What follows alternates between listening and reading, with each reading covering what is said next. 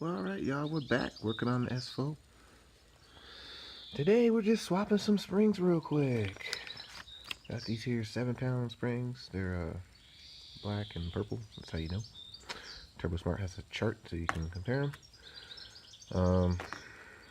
Yeah, I'm gonna upgrade to these 10-pound springs, or I can be crazy and just put them both together and now have 17 pounds on Wastegate. But I'm not crazy. I like to have a low enough boost level so if something goes wrong, the boost controller needs to cut out. 10 pounds is safer than 17.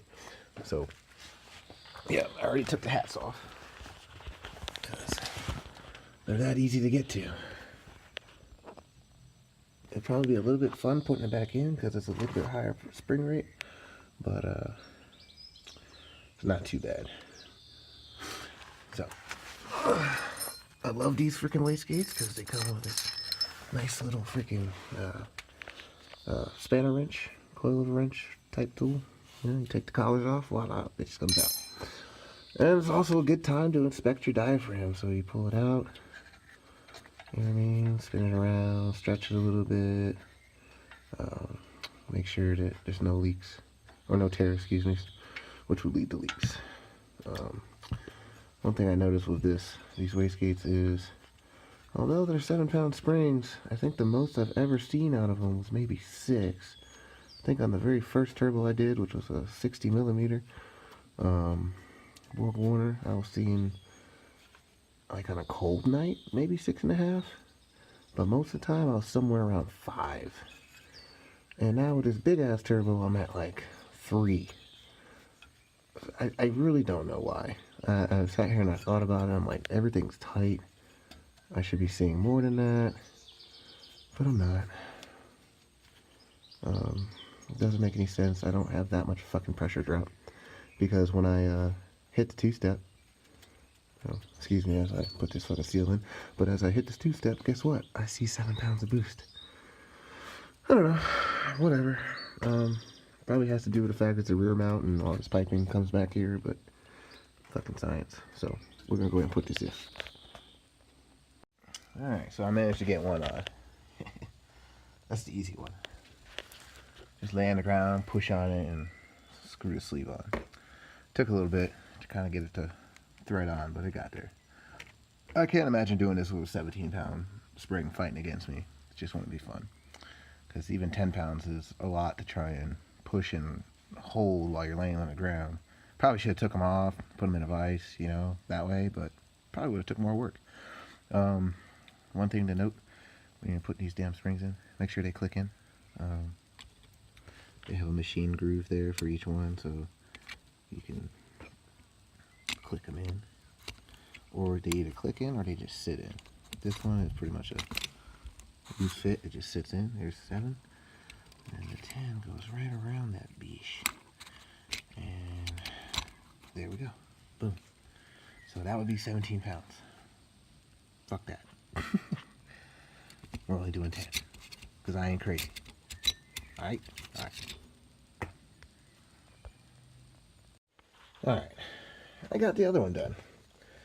Unfortunately for me, I had to take it off to do it. Now, one of the things I don't talk about, one of the mistakes I made when I designed this was I made this, 30-ish degree transition. But if you look closely, there's not a lot of space to put the fucking V-band on. When I welded it, it pulled in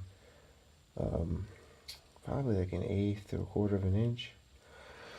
So it makes it a real bitch to get that fucking V-band on. But I got it. It only took me like half an hour to get that fucker back on.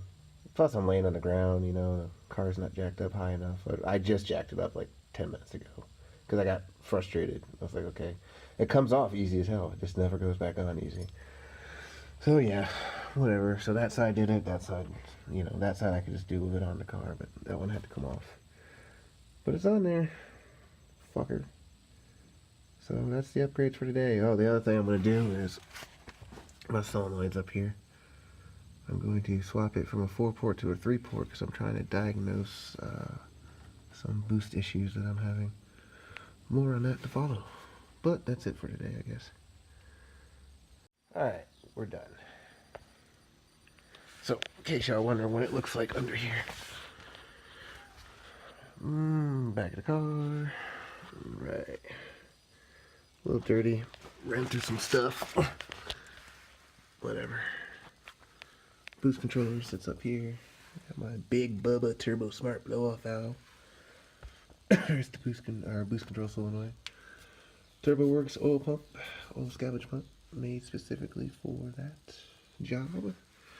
And one giant Borg Warner S369 that barely fits. But it fits, so fuck it. Yeah. Dual Turbo Smart Comp 40 wastegates. And yes, it's divided all the way back into this guy. But that's it. So I swapped out the solenoid.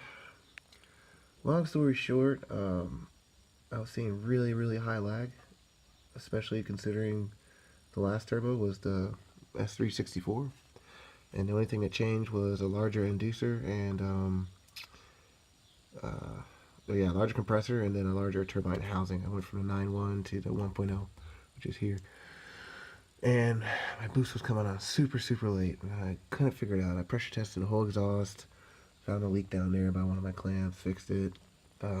Pressure tested the whole boost piping, fixed any leaks that were there. Pressure tested the intake manifold. Still, it was better, way better, but it was still way later than I was expecting. So, the other night when I was driving, yeah, I was fucking driving, and second gear, I was coming in, on the old turbo, I was coming into boost 12 pounds at 5,300, so with the moderately, or decently larger compressor wheel, and decently larger turbine housing, I was expecting 600 RPM or so later spool to hit that same pressure. And I was seeing something in the effect of not happening. Let's put it that way. I was seeing like 9 pounds, or excuse me, like 8 pounds by 6,700. It was way fucking late. It wasn't even hitting full boost in second, and might make like 1 pound in first gear. So there was something wrong. And so I'm driving around. You know, all my boost control settings are the same. They didn't have to change. And then one time I do a pull in second and I hit full boost at 6 grand. Right about where I said I wanted to, about 600 or 700 RPMs later than the last turbo. It only did it that one time. So, yeah, so I swapped out that solenoid. I went from a 4-port to a 3-port that I had laying around. Obviously that's going to spool a little bit later, so I'm just trying to see if I hit full boost again in second and third and everything else, because it's very inconsistent right now and it doesn't make sense. Yeah, so that's what we're doing, or that's what we did. I also put in stronger wastegate springs because why not? Why not?